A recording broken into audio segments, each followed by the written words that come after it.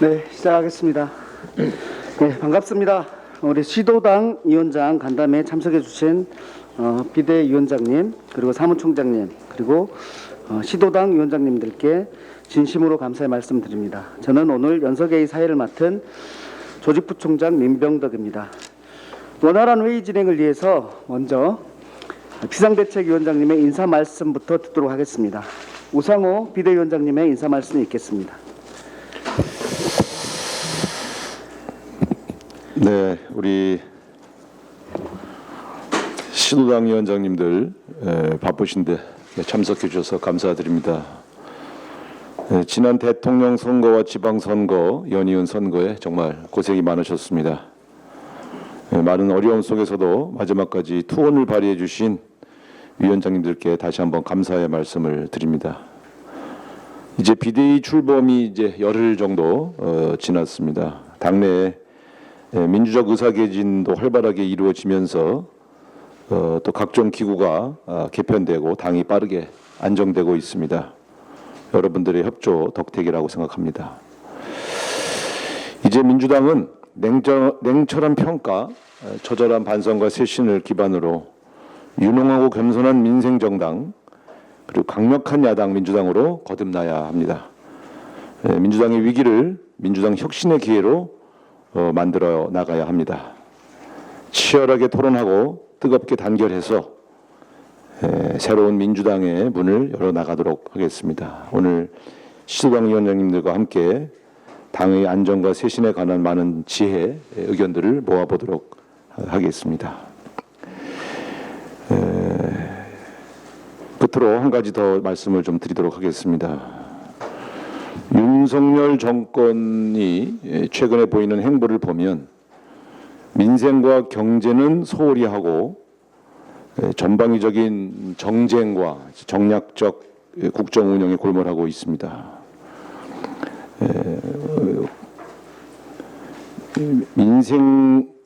민생과 국정 운영의 무능을 감추기 위한 그러한 의도로 읽혀집니다. 민주당이 이러한 윤석열 정권의 의도를 잘 파악해서 강력하게 대응해 나가야 한다고 생각합니다. 윤석열 정권이 정치 보복과 신색깔론에 대한 집착을 버리지 않는다면 국민들의 냉정한 평가를 받게 될 거라는 점도 다시 한번 경고합니다. 우리 시도당 위원장들과 함께 전당적으로 이 문제에 대한 대책도 같이 논의해 나가도록 그렇게 하겠습니다. 감사합니다. 네, 다음으로 참석하신 모든 위원장님의 말씀을 드려야 되겠지만은 공개회의에서는 시간 관계상 협의회장이신 박정 경기도당 위원장님의 인사 말씀을 대표로 듣겠습니다. 네, 안녕하십니까. 경기도당 위원장 박정입니다. 민주당은 대선 패배와 지방선거 패배를 겪으면서 총체적 위기 상황에 직면했습니다. 제7회 전국 동시지방선거에서 광역단체장 14대 2, 기초단체장 151명 대 53명의 결과가 이번 8회 전국 동시지방선거에서는 광역단체장 민주당 5, 국민의힘당 12, 기초단체장 63명과 145명으로 거의 반대 현상이 일어났습니다. 전체적으로 전략 부재였다고 생각합니다. 중앙당은 당 지지율을 높이고 지난 선거에 우리 많은 기초단체장들이 또 광역단체장들이 있었으므로 코로나라는 외부 상황에도 불구하고 지방에서 4년간 열심히 했던 지방 일꾼론을 중심으로 선거를 치렀어야 했었다 이렇게 생각합니다. 그러나 위기는 기회일 수 있습니다. 그 기회를 만드는 방법이 평가와 반성을 통한 혁신이라고 생각합니다. 무엇을 혁신해야 하느냐? 여러 평가 토론에서 나왔지만 우선 팬덤 정치를 극복해야 합니다. 강성 팬덤 지지층의 목소리를 대변하는 민주당의 중도층은 염증을 느끼고 이탈했고 지지층은 투표 참여 보이콧으로 경고를 했습니다. 주요 지지 기반인 40대의 저조한 투표율, 전국 최하위인 광주의 37.7% 투표율 등은 강력한 경고입니다. 팬덤 자체가 문제는 아닙니다. 목소리를 내는 것은 당연합니다. 문제는 강성 팬덤 정치가 당내 수기 민주주의를 불가능하게 한다는 데 있습니다. 팬덤 정치는 없을 수 없습니다. 그러나 강성 팬덤 정치에 의존해 정당의 민주적 규범을 파괴하는 것까지 용인해서는 안 됩니다. 두 번째는 민주당이 왜 존재해야 하는가에 대한 설득이 부족했습니다. 김대중 정부의 중산층과 서민을 위한 정당도 노무현 정부의 지역주의 타파를 위한 정당도 사라졌습니다. 개혁 입법을 이야기하며 민생법안, 중대재해기업처벌법 등 처리에 미온적이었습니다. 진보적 가치는 사라졌고 내로남불, 무능의 모습에 국민은 실망했고 전통적 지지층을 설득하지 못했습니다. 민주당의 정체성을 다시 찾아야 합니다. 마지막으로는 분권형 정당을 만들어야 합니다.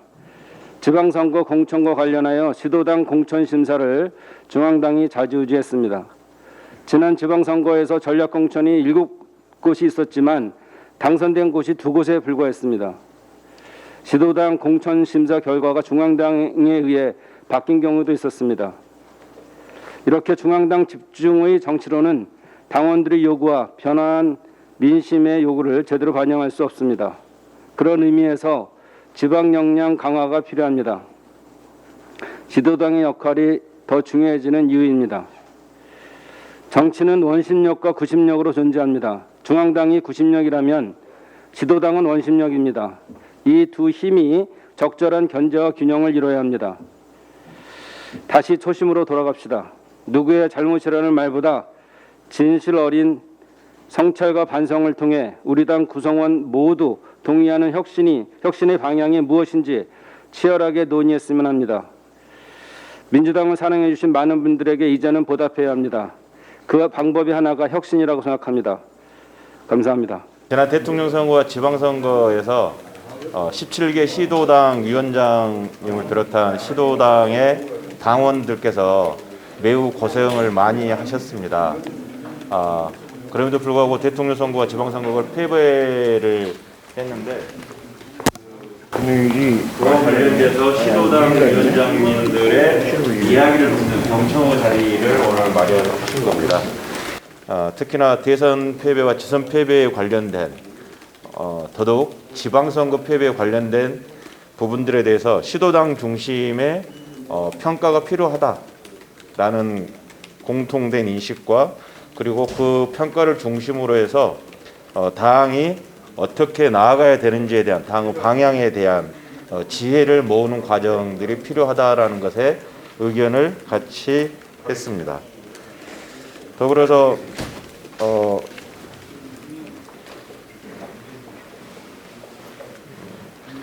평가를 위한 평가가 되지 않고 시도당과의 대화라든가 모임이 정례화될 수 있는 방안들을 찾기로 했고요.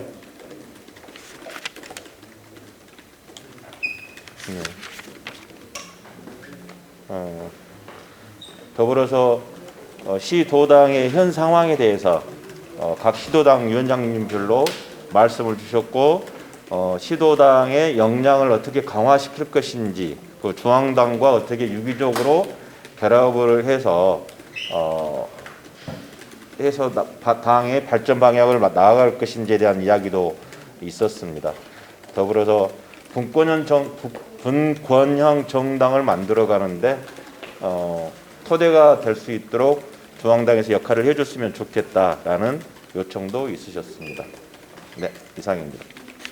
그럼 그 시도당 위원장과 만남이라든지 이런 게 정례화될 수 있도록 요청이 있었습니다. 요청이 있었는데 그럼 뭐 기구를 따로 만들거나 아니면 현재 시도당 위원장 협의회가 있습니다. 네. 그 협의회 회장이 박정 경기도당 위원장으로 알고 있고요.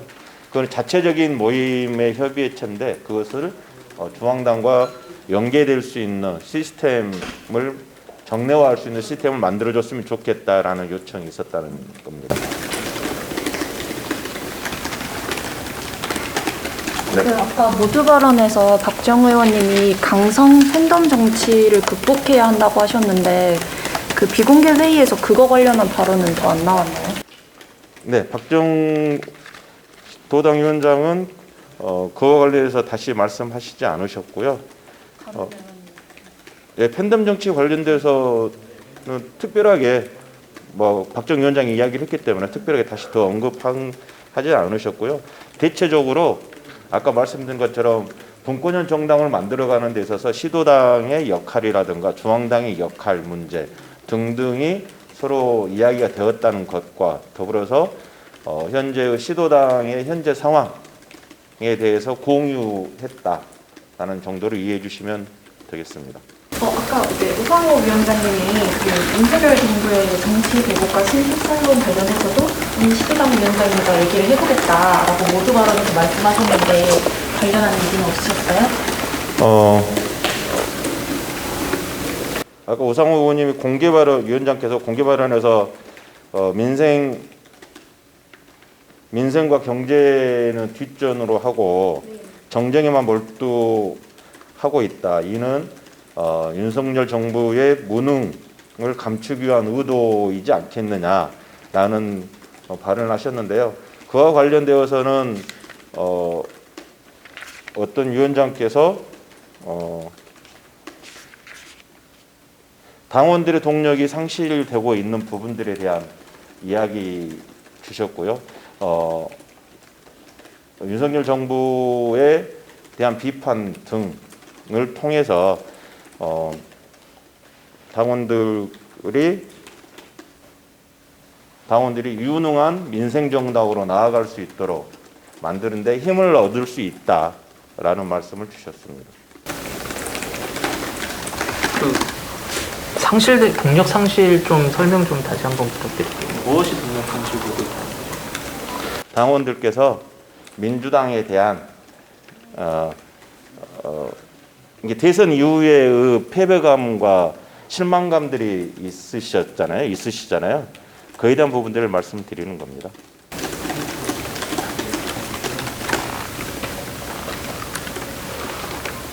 시원한 질문 좀. 현안 질문은 내일 하시면 안 될까요? 무슨 네. 아니 한 단계 방통위원장님 네. 그 사퇴 압박이 좀 여건에서 있는 것 같고 감사원 감사도 좀 진행된다고 하는데 그에 대한 생각 좀 궁금하시고요 하고요. 그리고 내일 이 수사 진행 대응기구 발족하는 걸 알기로 맞는 건가요? 내일 발족하는 거? 정치 보복에 관련된 민생은 외면하고 정치 보복에 집중하고 있는 부분들에 대해서 저희 민주당으로서 대책기구를 구성하겠다라고 이미 말씀을 드렸고 그와 관련되어서는 내일 비대위에서 논의가 될 걸로 예상을 하고 있습니다. 그리고 한상혁 위원장의 문제는 임기가 보장되어 있는 분이시잖아요. 그리고 과거에도 임기가 보장됐던 부분들에 대해서는 임기를 채우고 나가시는 부분들이 있었고 좀 얘기가 조금 길어질 수 있는데 그에 대한 부분이 블랙리스트와 관련된 부분과 연관되어 있는 거고요. 그래서 우상호 위원장이 일전에 법을 바꾸자, 즉 대통령의 임기와 함께 할 수 있도록 임기를 정한다든가 그렇게 법을 바꾸자라고 이야기를 했던 적이 있었던 거고요. 한상혁 위원장의 경우는 임기가 보장되어 있기 때문에 현재 법상 임기가 보장되어 있기 때문에 보장된 임기를 채우는 것이 맞다. 그런데 옆에서 무리하게 감사원 감사를 한다든가 국민의힘이라든가 그쪽에서 압박을 넣는다든가 그것은 정당한 일이 아니다라고 말씀드리겠습니다.